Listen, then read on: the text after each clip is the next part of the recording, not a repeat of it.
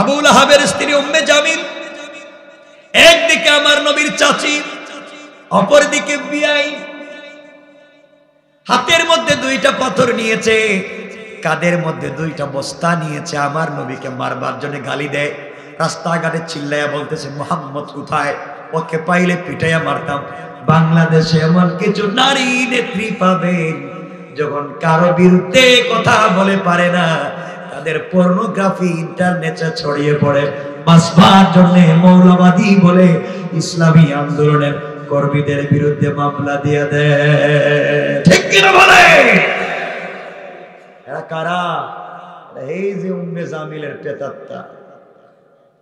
আমার বন্ধুগণ, দৌড়ে আমার নবীর সামনের দিকে যায়। হযরতে আবু বকর চোখের পানি ছেড়ে রাসূল পাককে বলছেন, পয়গম্বরে আরবি, আপনার চাচি এবং বিয়াইন উম্মে জামিল হাতের মধ্যে পাথর নিয়েছে, কাঁধে দুই বস্তা পাথর, গালি দিতেছে আপনার বাবার নাম দিয়ে, আপনার নাম দিয়ে, বলতেছে আল্লাহ পাগল, আপনিও নাকি পাগল। পয়গম্বরে আরবি, আপনি বলে একজন মহিলা যদি আপনাকে গালি দেয় এর চেয়ে লজ্জার কিছু নাই, আপনি বলেন না আমি ওরে সাইজ করি, একটু পিটাইয়া আসি। আমার নবী বলছেন, আবু বকর চিন্তার কোনো কারণ নাই, ভয় পাওয়ার কোনো কারণ নাই। উম্মে জামিল আমাকে গালি দিচ্ছে, উম্মে জামিল আমার বিরুদ্ধে কথা বলতেছে, তুমি টেনশন করো না। আল্লাহ বলেছেন পয়গম্বরে আরবি, আপনাকে আমি নেতা বানিয়েছি, আপনাকে কেউ যদি গালি দেয়, মারবার জন্য যদি আসে, আপনাকে ধরবার জন্য যদি আসে, ভয় পাবেন না, আপনি কোরআন থেকে তেলাওয়াত করবেন। আমি আল্লাহ কথা দিলাম বন্ধুরে, কোরআন থেকে যখন তেলাওয়াত করবেন, আমি আল্লাহ কাফের থেকে আপনাকে হেফাজতের ওয়াদা দিলাম। আমার নবী কোরআন থেকে তেলাওয়াত শুরু করে দিলেন। উম্মে জামিল দৌড়াইয়া আমার নবীর সামনে হাজির হয়ে গেল। রাসূলের চেহারা মুবারকের সামনে দাঁড়িয়ে উম্মে জামিল আবু বকরকে বলতেছে, আবু বকর বলো তোমার বন্ধু মুহাম্মদ ইবনে আব্দুল্লাহ কোথায়? সারাদিন থেকে তাকে খুঁজতেছি, মারবার জন্য পাচ্ছি না, কোথায় গেল? হাতের মধ্যে পাথর নিয়েছে, মারতে চাই, মক্কার অলিগলি খুঁজলাম, কোথাও নাই, কোথায় গেল? আবু বকর চিন্তায় পড়ে গেলেন। আমার সামনে রাসূল শুয়ে আছেন, উম্মে জামিলের চোখের সামনে রাসূল শোয়া। আমাকে দেখে, নবীজিকে দেখে না, ব্যাপারে কি? আমি দেখি আমার নবী শুয়ে আছেন, আমি তার কোরআন তেলাওয়াত নিজের কানে শুনি। উম্মে জামিল নবীজির সামনে দাঁড়িয়ে, নবীজিকে দেখেও না, তেলাওয়াত শুনে না, ব্যাপার কি? নবীজিকে যখন দেখে না, আমার বলার দরকার নাই। তিনি বললেন, উম্মে জামিল রে, মুহাম্মদ ইবনে আব্দুল্লাহকে খুঁজতেছো, খুঁজে পাও না, তুমি বাইতুল্লাহ খুঁজো, কাবা খুঁজো, খুঁজে দেখো কোথায় আছে। উম্মে জামিল পুরা মসজিদ খুঁজলো, কাবা চত্বর খুঁজলো, জমজম কূপের কাছে গেল, কোথাও খুঁজে পেল না। আবার এসে নবীজির সামনে দাঁড়ালো, দাঁড়িয়ে আবু বকরকে বলছে, আবু বকর মুহাম্মদকে তো খুঁজে পেলাম না, কোথায় গেল? তাকে যদি আমি কোথাও পাই তুমি জানিয়ে দিবা, আঘাত করব, পাথর দিয়ে পিটাইয়া হত্যা করব। আবু বকর মনে মনে কয়, পাগলের জাত তোমরা, নবীজির সামনে দাঁড়িয়ে নবীজিকে দেখোস না, আবার কেমনে মারবে, হুমকি দেয়। হুমকি দিয়ে যখন চলে যায়, দেখবে আমাদেরকে আপনাদেরকে কিছু লোক রাস্তায় হুমকি দেয়, হুজুর উল্টা পাল্টা বললেন না, ঠিক কিনা বলে? হুমকি দিয়ে চলে যায়। চলে যাওয়ার সময় আবু বকর বিশ্ব নবীকে জড়াইয়া ডাক দিয়া বলছেন, রাসূলে পাক বলেন তো, আপনার সামনে দাঁড়িয়ে উম্মে জামিল আপনাকে দেখলো না, আমাকে দেখলো, ব্যাপার কি? আমার নবী চোখের পানি ছেড়ে ডাক দিয়া বললেন, আবু বকর আল্লাহ আমাকে বলেছেন, যদি কোনো বেঈমান বিরুদ্ধবাদী আপনাকে আঘাত করবার জন্য আসে, আপনি কোরআন থেকে তেলাওয়াত করবেন।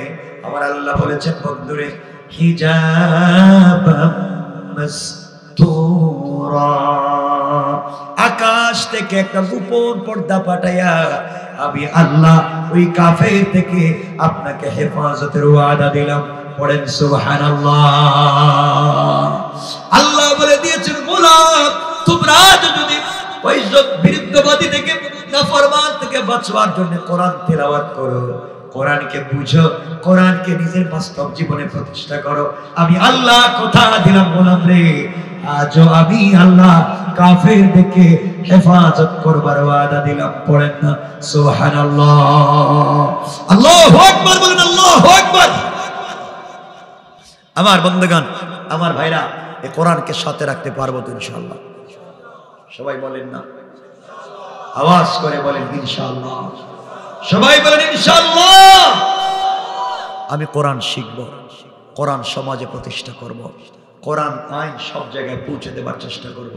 আমরা মারামারি করব না, আমরা ফিতনা করব না, উগ্রবাদ, জঙ্গিবাদ, সন্ত্রাস বলে জড়িত হব না, রাষ্ট্রের অবকাঠামোর বিরুদ্ধে যাব না, আমরা সাম্প্রদায়িক দাঙ্গা লাগাবো না। আমরা রসুলের পাকের রিসালাত মানুষের কাছে পৌঁছে দেব, আল্লাহর তাওহীদ পৌঁছে দেব ইনশাআল্লাহ। বলেন না ইনশাআল্লাহ? যুবক, তোমাদের কাছে দিল থেকে দু চারটা কথা বলে আমি বিদায় নেব। এই কথাগুলো এখন শুনবা, কোরআন যদি পৌঁছে যায় মানুষ কেমন হয়ে যায়। যুবক, এই কথাগুলা মনে রাখবা, জীবন ভর এই কথাগুলা মনে রাখবা। ও যুবক, তোমাদের পায়ে ধরে মনে যাচ্ছে। যুবক ভাই শোনো, তোমাদেরকে বলছি, আমিও তো তোমাদের মতোই। তোমাদেরকে কিছু বললেই বলো ব্যস্ত, কিছু বললেই বলো ব্যস্ত। আসো না তাফসিরে ব্যস্ত, আসো না মসজিদে ব্যস্ত, আসো না নামাজে ব্যস্ত, আসো না ইসলামী আন্দোলন করি ব্যস্ত। আর যুবক, তুমি ভাই জানো না, তুমি যত ব্যস্ত দুনিয়া নিয়া, তোমার চাইতে বেশি ব্যস্ত আজরাইল তোমাকে নিয়া। ঠিক কিনা বলে? যুবক, এগুলা বলে যাও। যুবক, এত কষ্ট করে গাড়ি বাড়ি বানাচ্ছ, বুয়া সব বুয়া। একদিন তোমাদের এলাকার চৌধুরী বাড়ির চৌধুরী বাড়ি থাকবে, চৌধুরী থাকবেন না। খান সাহেবের বাড়ির খান বাড়ি থাকবে, খান সাহেব থাকবেন না। এমপির বাড়ির এমপির বাড়ি থাকবে, এমপি সাহেব থাকবেন না। চেয়ারম্যানের বাড়ির চেয়ারম্যান বাড়ি থাকবে, চেয়ারম্যান সাহেব থাকবেন না। সওদাগরের বাড়ির সওদাগর বাড়ি থাকবে, সওদাগর থাকবেন না। একদিন লন্ডনী বাড়ির লন্ডনী বাড়ি থাকবে, লন্ডনী সাহেব থাকবেন না। একদিন আমেরিকানের বাড়ির আমেরিকানি বাড়ি থাকবে, আমেরিকানি থাকবেন না। আপনার বানানো টাকায় বাড়ি থাকবে, থাকবেন না শুধু আপনি। বলেন ঠিক না? আপনি মনে করেছেন আপনি মইরা গেলে গা আপনার বউ সাদা কাপড় পরবে, নাক ফুল, কানের দুল, ব্রেসলেট সব খুলে স্বামীর সুখে কাতর হয়ে যাবে। বুকা আপনি জানেনই না। 4 মাস 10 দিন যাওয়ার পরে আপনার বউ আগে যত আলতাল খাতরা লাগাইতো, এখন হিল জুতা পরে, স্মার্টনেস, স্যান্ডু গেঞ্জি পরেও রাস্তা ঘুরতে পারে।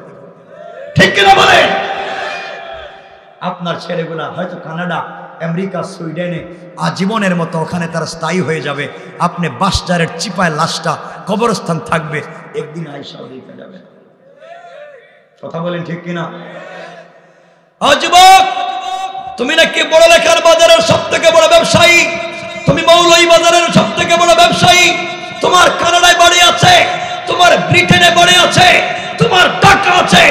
যুবক, জানো না তোমার নাকি সাপোর্টিং লেটার এসেছে, তুমি নাকি আমেরিকা চলে যাইবা, তুমি নাকি কানাডা চলে যাইবা। আল্লাহ, যুবক শোনো, সারাদিন বিজনেস করেছো, লক্ষ লক্ষ টাকা বিজনেস করে টাকাগুলা তোমার ক্যাশের বাক্সে রেখেছো, এরপরে টাকা গুনতে গিয়েছো। এই সারাদিন ব্যবসা করতে জোহরের নামাজ পড়ো নাই, আসরের নামাজ পড়ো নাই, মাগরিবের নামাজ পড়ো নাই, ইশার নামাজ পড়ো নাই, শুধু ব্যস্ত ব্যস্ত, শুধু ব্যস্ত বিজনেস নিয়া, টাকা নিয়া ব্যস্ত। যুবক, জানো না এসার পরে যখন ক্যাশের বাক্স খুলে টাকা গুনতে গিয়েছো, টাকায় হাত দিয়েছো, যুবক জানো না হতে পারে তোমার ক্যাশের বাক্সের ভিতরে আজরাইল বসা। আজরাইল আল্লাহরে বলছে, আল্লাহ আমসিক আও আত্রুক, ওরে ছাইড়া দিব না ধর্ম। ও কয় তার নাকি টাকা, ও কয় বিজনেস নাকি তার, ও কয় বাড়ি গাড়ি সব তার, ডিজাইন করা গাড়ি সব নাকি তার। আল্লাহ তুমি বলো না ওরে ছাইড়া দিব না ধর্ম। আল্লাহ কয় একটা থাপ্পড় দে। আল্লাহ থাপ্পড় দিলে কি হইব? কয় দেখবে সাথে সাথে ব্রেন স্ট্রোক। ঠিক কিনা বলেন? দেখবেন বহুত লোক দোকানে বসছে, হঠাৎ মাথা নিচের দিকে ফালাই দিছে, কর্মচারী কই স্যার কি হইছে? জানি না রে কি হইছে, শরীরটা হঠাৎ ঠান্ডা হয়ে গেছে, নিয়ে গেছে সাথে সাথে, নিয়ে গেছে সাথে সাথে ইমার্জেন্সি হসপিটালে। হসপিটালের ডাক্তার কয় ব্রেন স্ট্রোক হয়ে গেছে, আগামীতে হয়তো জিহ্বাতে তুতলাতেও পারে। কথা বলেন না কেন? নাই নাই হয় না, নাই সারাদিন ঘুরছে, বন্ধু তোমাদের সাথে ঘুরছে, মাদককুণ্ড গিয়েছে, বিভিন্ন জায়গায় যাওয়ার প্ল্যান করছে, রাত্রবেলা ঘুমাইছে, ঘুমের বিছানায় কম্বল নিচেই মরে গেছে।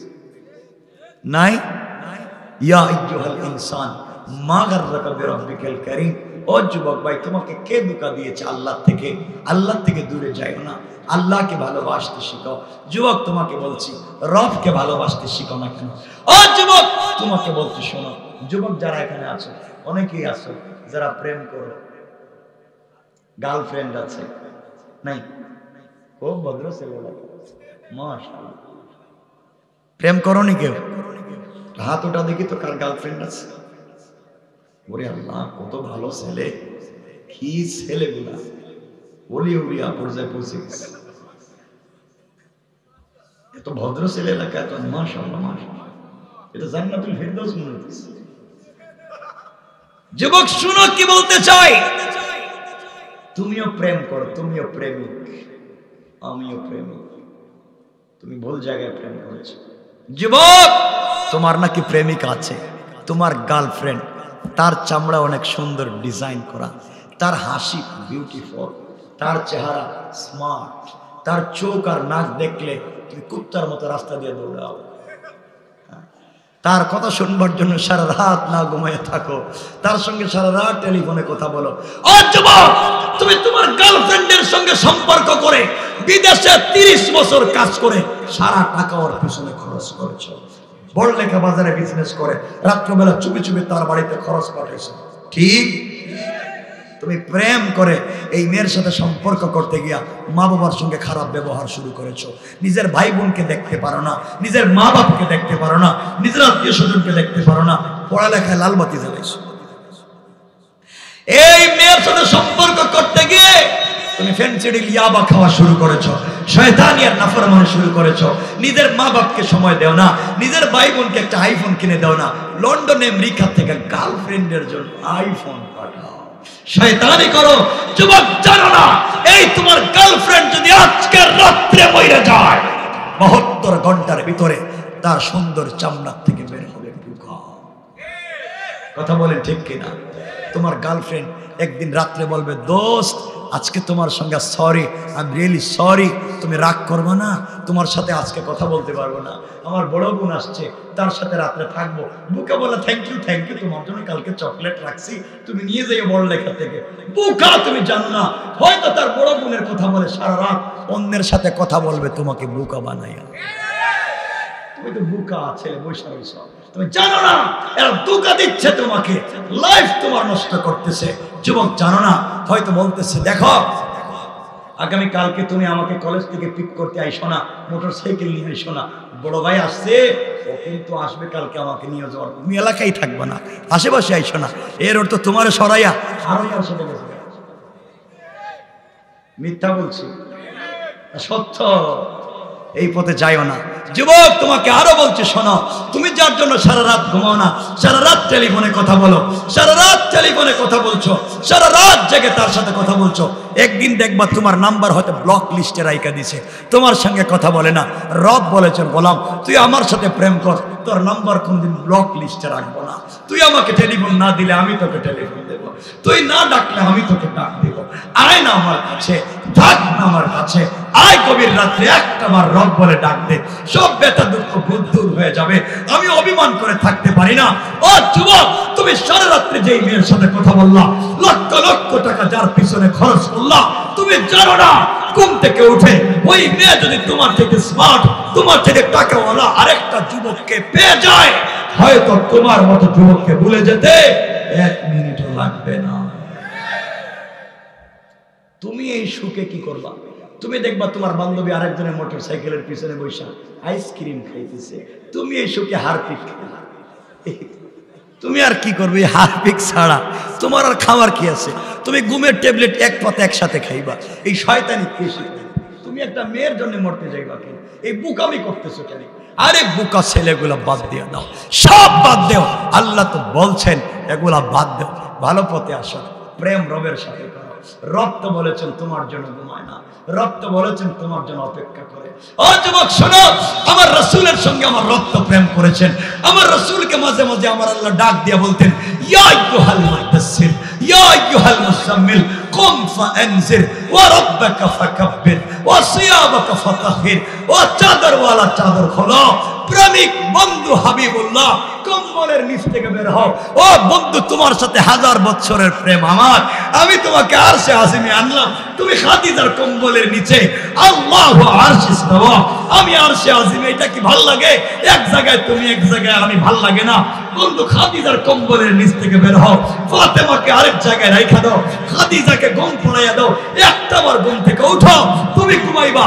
লা তাখুযুহু সিনাতুন ওয়ালা নাওম, আমি বন্ধু তোমার প্রেমে ঘুমাই না, একটাবার ঘুম থেকে উঠো আর সিজদায় পড়িয়া প্রেমিককে ডাক দাও। রব কথা দিলাম আরশে আজিমে থাকবো না, তোমার ঘরে দরজা হাজির হয়ে যাবে। দরজা, সুবহানাল্লাহ।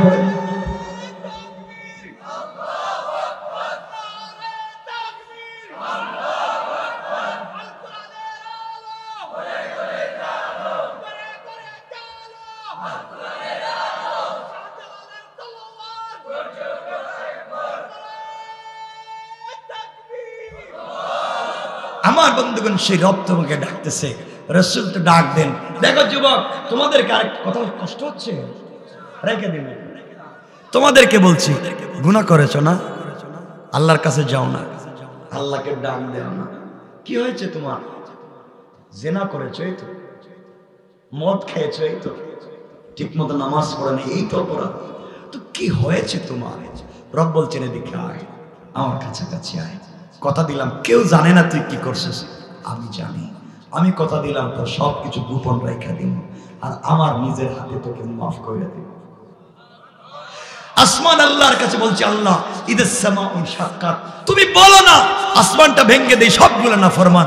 জমিন আল্লাহর কাছে বলছে, ইদা জুলজিলাতিল আরদু জিলজালাহা, আল্লাহ বলো জমিনে ভূমিকম্প দেই। আল্লাহ কই দিস না, আসমানটাকে ভাঙিস না। ইসরাফিল কে আল্লাহ সিংহে কি ফুঁক দিমু, আল্লাহ কই দিস না। কই কে? একটাও তোমার কথা শুনে না, শুধু নাফরমানি করে। এই শতকরা কান্দির যুবকদেরকে কি আর রাইকেলাকে সব মাইরে ছুঁয়ে ভাঙে ফেলায় দেই। আল্লাহ কই দিস না। কই কেন? আল্লাহ আল্লাহ বলতেছেন, আসমান জমিন জানিস না, গভীর রাত্রে এই সাতকরা কান্দের কিছু যুবক আর যুবতী, যাদের বডিতে জোয়ানি আছে, যাদের বডিতে প্রেম আছে, যাদের বডিতে যৌবন আছে, তারা চাইলে সারা রাত জিনা করতে পারে, বদমাইশি করতে পারে, ফেন্সিডিল ইয়াবা খাইতে পারে, শয়তানিয়ার নাফরমানি করতে পারে।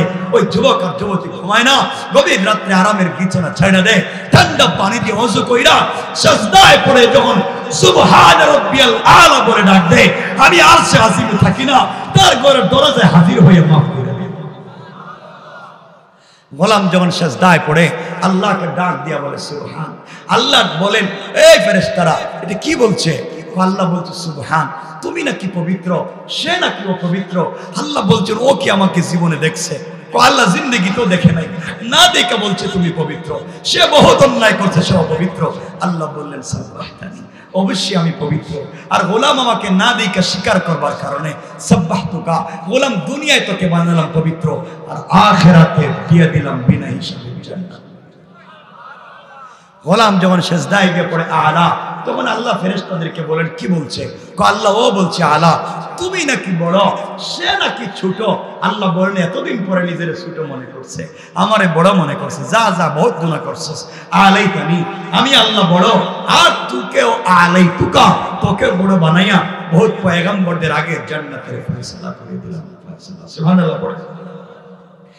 এজন্য আমার যুবক বন্ধুগণ, দুনিয়ার জমিনকে সুন্দর যদি করতে হয়, অপরাধ থেকে সমাজকে যদি বাঁচাতে হয়, নাফরমানি থেকে সমাজকে যদি ফিরিয়ে আনতে হয়, এই সমাজের ভিতরে শয়তানি বন্ধ করে দিতে হয়, অন্যায় গুলাকে বন্ধ করে দিতে হয়, ঠান্ডা মাথায় লিল হিকমা ওয়াল মাউইজাতিল হাসানা, হিকমতে উত্তম কথামালার মাধ্যমে মানুষের কাছে দিন পৌঁছে দিতে হবে।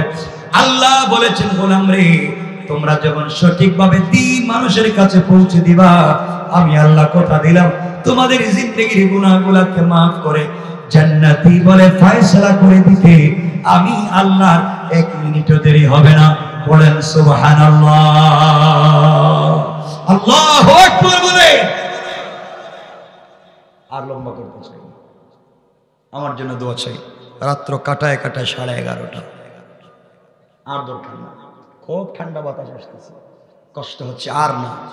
আমি একথা বুঝাতে চাই আপনাদেরকে, আজকে এতক্ষণ যা বললাম, সমাজকে পরিবর্তন করতে হলে লাগবে আল কোরআন। এই জন্য আল কোরআন পড়বো, আল কোরআন বুঝবো, সমাজকে পরিবর্তন করব। রাষ্ট্রে যদি কোরআন চলে আসে ফিতনা থাকবে না, আমরা অন্যায় অনাচার করবো না, সবসময় ভালো কাজ করবো তো ইনশাআল্লাহ। বলেন না ইনশাআল্লাহ? আমরা সমাজে ফিতনা ছড়াবো, বলেন ছড়াবো? কাউকে গালি দিব, অন্যায় কাজ করব? আল্লাহ আমাদের সবাইকে কবুল করুন। আমার জন্য দোয়া চাই, আপনাদের জন্য দিল থেকে দোয়া থাকলো। আপনারা এই ইসলামী সমাজ কল্যাণ সংস্থার তরুণ আর যুবকদের জন্য দোয়া করবেন। আল্লাহ যেন এদেরকে ভালো রাখে, এদেরকে বেশি ভালো কাজ করবার তৌফিক দান করে।